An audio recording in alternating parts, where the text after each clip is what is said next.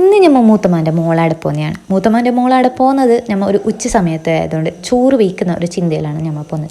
ആടെ ഒരു ടുട്ടുവി, അതായത് ഒരു ടുട്ടുമോൾ അങ്ങനെ ചോറ് വയ്ക്കാൻ വേണ്ടിയിട്ട് റെഡിയായി. അങ്ങനെ ഒരു ഷമാമ ജ്യൂസെല്ലാം ആക്കി ജ്യൂസും ചോറും എല്ലാം മിക്സ് ആക്കി എടുത്തുന്നാണ് വിചാരിച്ചു.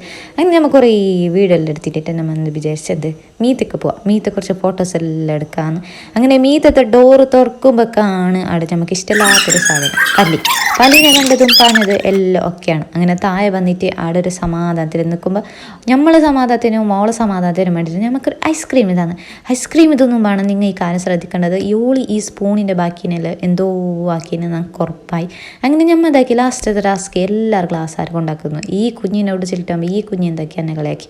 അങ്ങനെ ഞാൻ എന്നെ കൊണ്ടുവച്ച് അങ്ങനെ നമ്മൾ കുറേ രാഗം പാടിയിട്ട് എന്താക്കി കുറച്ച് ഗെയിം കളിക്കാൻ വിചാരിച്ചു. ഞങ്ങൾക്കറിയില്ല ഗെയിം പിള്ളേരാണ് കളിക്കുന്നത്.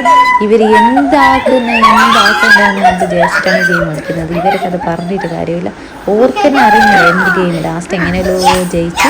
അങ്ങനെ എന്താക്കി നമ്മൾ കുറച്ച് ക്ലേ ഉണ്ടായി അവിടെ. അങ്ങനെ നമ്മൾ പ്രായം അതാണല്ലോ. അങ്ങനെ നമ്മൾ എന്താക്കി കുറേ ക്ലേ കളിച്ചിട്ടായിട്ട് നമ്മൾ ഓരോ കസിൻ്റെ അടുക്ക് പോകാൻ നേരിച്ച്. അങ്ങനെ ഞാൻ ഏട് ബാംഗ്ലൂർ റെയിൽ കിട്ടുന്ന കഥ എന്താണെന്ന് അറിയില്ല. അവിടെ നല്ല ബ്യൂട്ടിഫുൾ ബീച്ച് ഉണ്ടായിന്, അങ്ങനെ നല്ല നീറ്റുള്ള ബീച്ചായതുകൊണ്ട് കുറേ സമയം കളിച്ച്.